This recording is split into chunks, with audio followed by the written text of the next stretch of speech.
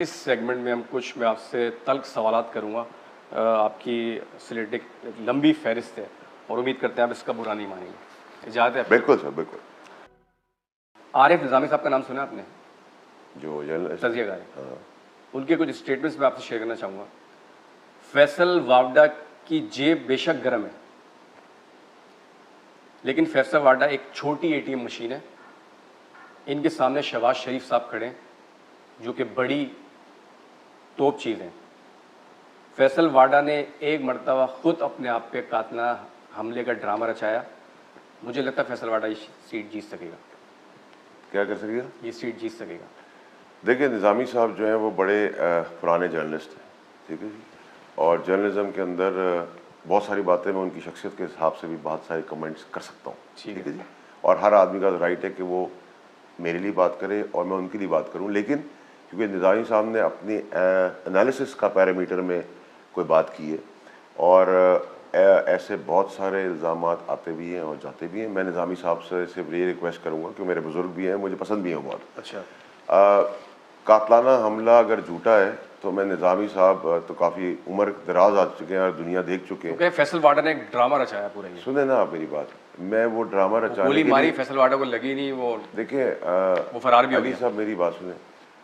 मैं निज़ामी साहब से ये रिक्वेस्ट करूँगा क्योंकि उन्होंने मुझसे ज़्यादा ज़िंदगी गुजार ली है और दुनिया से उनकी मोहब्बत कम हो जानी चाहिए, ठीक है। वो ज़्यादा टाइम गुजार चुके हैं, तो वो ऐसा एक ड्रामा करें जिसमें मैं उनको गाड़ियाँ बिठाता हूँ और मैं एक छर्रे वाली गोली चलाता हूँ। अच्छा। तो फिर दम देने वाली और स्टेटमेंट देना बहुत आसान होता है। यहाँ तो लोगों ने ये भी कहा कि हामिद मीर साहब को 6 गोलियां लगी, वो ड्रामा था।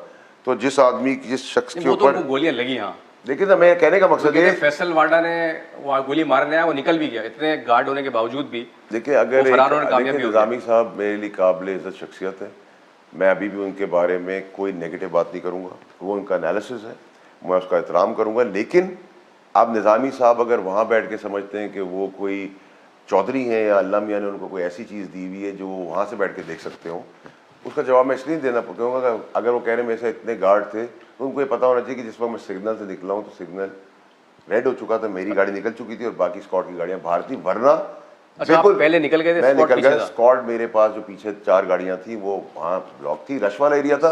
वरना मैं निज़ामी साहब की ख्वाहिश के हिसाब से आप भी उनको ऑन रिकॉर्ड, अल्लाह उनकी बात को कायम दायम रखे हमेशा, मुझे कोई गिराने आएगा तो अगर मेरे 2 गिरेंगे तो आगे 10 मैं भी गिराऊंगा। अच्छा, लेकिन आप अकेले थे उस वक्त?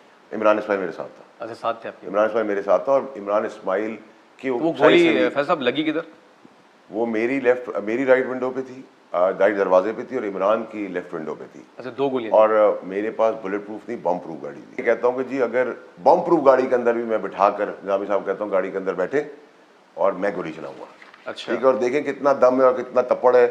स्टेटमेंट देना टेलीविजन के ऊपर बड़ा आसान होता है, लेकिन मैं क्योंकि उनकी एनालिसिस के ऊपर मैंने कभी डाउट नहीं किया और उन्होंने बहुत सारे लोगों के लिए बहुत सारी बातें की है, मैं उनका एहतराम करता हूँ, उनकी इज़्ज़त का, उनकी उम्र का। देखिए अली साहब, जैसे मैंने आपको कहा ना कि हामिद मीर साहब के ऊपर 6 गोलियाँ लगी और उनके ऊपर जेन्युइन एक अल्लाह ने उनको नई ज़िंदगी दी। सही।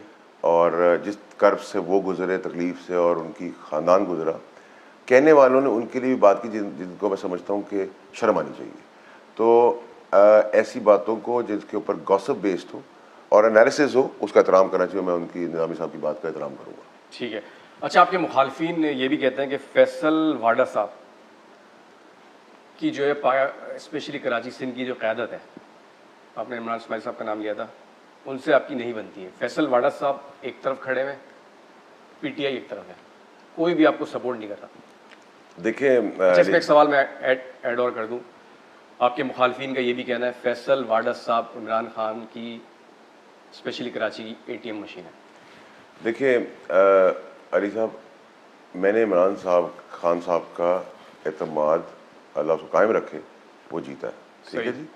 और मैं जैसा कहता हूँ कि जी मेरा रिपोर्टिंग बॉस ही मेरा चेयरमैन इमरान खान साहब, मैं उससे नीचे कोई बात करता ही नहीं। डायरेक्ट उनको रिपोर्ट करते हैं? मैं उनको सिर्फ डायरेक्ट रिपोर्ट करता हूँ। हिदायत देखा है, जलसे जुलूसों में काफ़ी पीछे होते हैं, हिदायत में दूर और इजलास में भी होते नहीं, अटेंड नहीं करते, और हिदायत भी मैं उनसे डायरेक्ट लेता हूँ। अच्छा, ठीक है जी, नंबर 1। नंबर 2, मुतमईन है आपसे? मेरे ख्याल से आप उसका ज़्यादा बेहतर एनालिसिस कर सकते हैं। जहाँ तक खान साहब की मौजूदगी कराची में होती है तो मैं हमेशा उनके लेफ्ट या राइट पे होता हूँ। और मेरी पार्टी के अंदर कोई मेरे लिए अच्छा सोचता है या बुरा सोचता है, मैं अपनी पार्टी के लिए बहुत अच्छा सोचता हूँ। मेरा एहतराम है। इमरान इस्माइल की आपने बात की इमरान इस्माइल मेरा पार्टी का बहुत सीनियर मेंबर तो है, लेकिन मेरा बहुत दोस्त है। अच्छा तो है। मेरी इमरान इस्माइल से बहुत ज़्यादा दोस्ती है। और इमरान इस्माइल एक ऐसा शख्स है जो दुश्मन का भी दुश्मन नहीं हो सकता। अच्छा। इतना अच्छी पर्सनालिटी उसको अल्लाह ने दी है। और इमरान इस्माइल के और इमरान इस्माइल की फैमिली ये कहती है कि उसके वालिद को अल्लाह जन्नत नसीब करे, कि मुझ में उनके वालिद की झलकें हैं। तो आप अच्छा। सोच लें कि कितना मेरा उसके साथ गहरा रिश्ता होगा। तो आपका काफ़ी एहतराम करते होंगे वो। और फिरदौस शमीम नकवी साहब हैं, सबसे कड़वे आदमी हमारी पार्टी के। और मेरी सबसे ज़्यादा लड़ाइयाँ उनसे ही होती हैं। अच्छा। लेकिन मैं कहता हूँ कि वो भी सबसे ज़्यादा साफ गो, स्ट्रेट फॉरवर्ड, ईमानदार आदमी ठीक है। है। और मैं उस बात पे हमेशा उनका एहतराम करता हूँ। मेरे चलो, टिकट आपने के इमरान अंदर इस्माइल की बात की। आपने शार फैसल पे एक धरना दिया था, अगर आपको याद हो, 5 घंटे कराची की आवाम को आपने ये रमाल बनाया था। 9 घंटे उसमें 9 घंटे, उसमें आपने हलीम आदिल शेख की बस भी यूज़ की थी, उसमें बाद में बात करूँगा। नई मुल्क साहब के स्टेटमेंट्स आए थे, इमरान इस्माइल साहब के भी आए थे, जिसमें उन्होंने इस बात को बिल्कुल वाज़े क्लियर कहा था, उस एहतजाज से हमारा कोई ताल्लुक़ नहीं है। फैसल वाडा ने बड़ी गैर ज़िम्मेदाराना हरकत की है, इस पर मैं बज़रिया ख़ुद कौम से माफ़ी मांगता हूँ और इसके खिलाफ सख्त एक्शन हुआ। इमरान खान साहब ने मेरे खिलाफ स्टेटमेंट दी उस धरने के ऊपर। मुझे लगता है कि ये उनके तर्जुमान थे, तो शायद इमरान खान साहब के मुँह से आई ऐसी बात? उन्हीं की ज़बान बोल रहे हो। इमरान खान साहब के मुँह से आई? नहीं वो जिस इमरान खान साहब के मुँह से आएगी उस दिन आप बात मुझसे सवाल कीजिएगा। नंबर 1। नंबर 2, मुझ पर एक्शन हुआ? कोई एक्शन हुआ नहीं। ख़त्म हो गया जवाब। अच्छा। आगे चलें। हलीम साहब ने कहा था फैसल वाडा साहब मुझसे जो मेरी बस ले गए थे, वो झूठ बोल के ले गए थे। उन्होंने उसको गलत इस्तेमाल किया, बोल के मुझसे कुछ और ले गए थे और उसका पर्पस उन्होंने वहाँ कुछ और किया, उसको यूज़ कहीं और किया। हलीम आदिल शेख साहब अगर ये कह रहे हैं तो वो फिर अपना ज़र खुद बता रहे हैं। आगे चलें जी। ये जवाब मेरे लिए इंपॉर्टेंट नहीं है कि मैं इसका जवाब भी दूँ, सवाल का जवाब भी दूँ। अच्छा, यानी बस ली तो थी ना आपने उनसे? मैंने जब मैं देखिए, मैंने बस उनसे बिल्कुल ली थी। और बस को कुछ होता तो मैं उसके पैसे भी देता, और ऐसी 100 बसें मैं ख़रीद भी सकता हूँ। अच्छा। इसका जवाब अल्लाह का करम है। उसको पीटीआई के टिकट शिकट लगे हुए थे ना, तो एक तासुर दिया गया था कि वो पीटीआई का एहतजाज। कोई पीटीआई का टिकट नहीं था, ना उसमें पीटीआई का कहीं नाम था। उसकी तस्वीरें आज भी मौजूद हैं, उसमें मेरा नाम था, मेरी तस्वीर थी। मैं हर कुछ अल्लाह के बाद अपने बल पे करता हूँ, किसी के बल पे नहीं करता हूँ। अच्छा, इसी तरह आप मुस्तफ़ा कमाल साहब से भी आप मिले थे बगैर पार्टी को इन्फॉर्म किए, और पार्टी इस पर काफ़ी नाला भी हुई थी। उस पर इमरान खान साहब का शायद स्टेटमेंट आया था कि आरिफ अलवी साहब जो है फैसल वाडा से वजाहत तलब करेंगे। इसको थोड़ा क्लियर कर दें, क्या था वो? देखिए जी, मैं मुस्तफ़ा कमाल साहब को उनकी और अनीस भाई की हज की मुबारकबाद देने गया था। अच्छा, पार्टी को इन्फॉर्म किए बगैर गए थे? मैं अपनी ज़ाती ज़िंदगी में किसी से मिलता हूँ, मैं पार्टी का तासुर फैसल भाई ये आ रहा है कि आप वन मैन शो है। देखिए, अगर अली साहब मेरे वन मैन शो से भी मेरे चेयरमैन को फ़ायदा होता है और मेरी पार्टी को फ़ायदा होता है। डिसिप्लिन भी होता है ना कि आप पार्टी को इन्फॉर्म किए। मैं देखिए जी, पूरा मीडिया वहाँ कवरेज करने पहुंचा हुआ था देखिए कि मेरी बात फैसल वाडा साहब मुस्तफ़ा कमाल की पार्टी ज्वाइन करने पहुंचे हैं। देखिए, वो तो अब अगर गॉसिप बेस्ड तो कोई जवाब क्योंकि अब एक नाम है। देखिए अली साहब, मसला सारा ये है कि मैं किसी से मिलने जाऊँ, मुझे किसी को भी किसी से पूछने की जरूरत नहीं। हमारी पार्टी में ये बड़ी लिबरल साइड है। अच्छा। कोई और भी मिलने किसी को चला जाए अपने इंडिविजुअल कैपेसिटी में। मुझे याद है उस जमाने में 1-2 चैनल्स ने ब्रेकिंग न्यूज़ भी की थी कि फैसल वाडा साहब पीएसपी ज्वाइन कर रहे हैं। देखिए, वो तो बीबीसी ने भी की थी। हाँ। ठीक है जी। तो मैं कभी पीपल्स पार्टी ज्वाइन कर रहा होता हूँ, कभी कोई मुझे कोई चीज़ अली साहब छुप के करने की जरूरत नहीं। जैसे मुझे करना होगा मैं खुद टीवी पे आके आप सबको बता के करूँगा, आप लोगों को मशवरा लेके करूँगा। मैं बड़ा स्ट्रेट और क्लियर हूँ इस चीज़ के ऊपर। ना ऐसी कोई चीज़ है, ना ऐसा कोई काम होना था, ना ऐसी चीज़ मैंने अभी तक सोची है। मैं इमरान खान साहब के साथ खड़ा हूँ, खड़ा था और खड़ा रहूँगा इंशाल्लाह। ठीक है, एक स्ट्रेट सवाल पूछ लूँ आपसे? जी बिल्कुल। फैसल वाडा साहब को एस्टेब्लिशमेंट लॉन्च किया, एक इल्ज़ाम है आप पे। देखिए अली साहब, जहाँ तक आपने कहा कि मुझे एस्टेब्लिशमेंट लॉन्च किया है, तो 8 साल मैं स्ट्रगल नहीं करता। नंबर 1। नंबर 2 ये है कि देखिए, मैं जिस घर में पैदा हुआ, सही, रब्बिल करीम का करम है, शुक्र है, और जिन जगहों पे बाहर पढ़ा हूँ उसमें आज पाकिस्तान के top bankers, top bureaucrats, top anchors, top media houses, establishment के लोग, आर्मी से रिलेटेड लोग, पुलिस से रिलेटेड लोग, इन सबको कईयों को तो मैं पिछले 25 साल से जानता हूँ। मुझे नहीं पता कि वो करियर में कहाँ जाएंगे, मैं कहाँ जाऊँगा। आज सब अपनी अपनी पोजीशंस पर हैं, और आप क्योंकि एक इन्वेस्टिगेटिव जर्नलिस्ट भी हैं, आपको बहुत सारी चीज़ें पता है अली साहब कि कई लोगों के साथ, स्पेशली अगर पुलिस के अंदर जो ईमानदार तबका है, उसमें कई लोगों के साथ मेरी 20-20, 22-22 साल पुरानी दोस्तियाँ हैं। लेकिन कोई भी आज तक मुझे नहीं कह सकता कि मैंने अपनी ज़िंदगी, अपनी ज़ात, अपने घर से कोई घर की चीज़ उनसे मांगी हो या हेल्प मांगी हो। हाँ, किसी गरीब का मसला है, जेन्युइन मसला है, तो मैंने बिल्कुल हेल्प की और आज भी करूँगा और आगे भी करता रहूँगा। मदद कर देंगे क्या? ठीक है। एक इल्ज़ाम आप पे और है जी। कि पीटीआई ज्वाइन करने के लिए आपने अपने एक करीबी दोस्त को 2 करोड़ रुपए दिए। करीबी दोस्त है मेरे इमरान इस्माइल। अब मुझे नाम मैं वो आपने लिए, लेकिन उनको 2 करोड़ रुपए दिए उन्होंने करीबी आपको दोस्त तो मेरा पार्टी का, जिसको मैं इंट्रोड्यूस कराया। पार्टी के अलावा दोस्त समझता हूँ। मेरा ख्याल है कि इमरान इस्माइल का अगर नाम आ रहा है या किसी और का भी नाम आ रहा है तो ये ज़ाती होगी उस आदमी के लिए ऐसी बात करना। ठीक है, इसको आप डिनाई करते बिल्कुल हैं। डिनाई करता ठीक है, अब थोड़ी बात करते हैं साबका भाभी के हवाले से। अगर आपको याद हो रेहान खान साहब, खान साहब के अगेंस्ट एक किताब लॉन्च कर रही हैं, काफ़ी संगीन नोयत के इल्ज़ाम लगाए इन पे।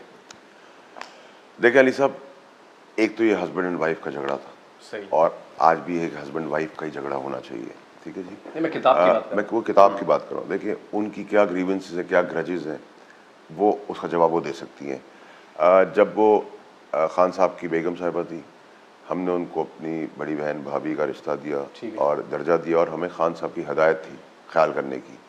और जब वो नहीं रही तब भी मुझे तो पर्सनली खान साहब ने ये कहा था कि अभी भी इज्जत से चलना। है। अच्छा, और ये हिदायत खान साहब ने की थी। और खान साहब ने सभी को दी है ये, ठीक है। ठीक है।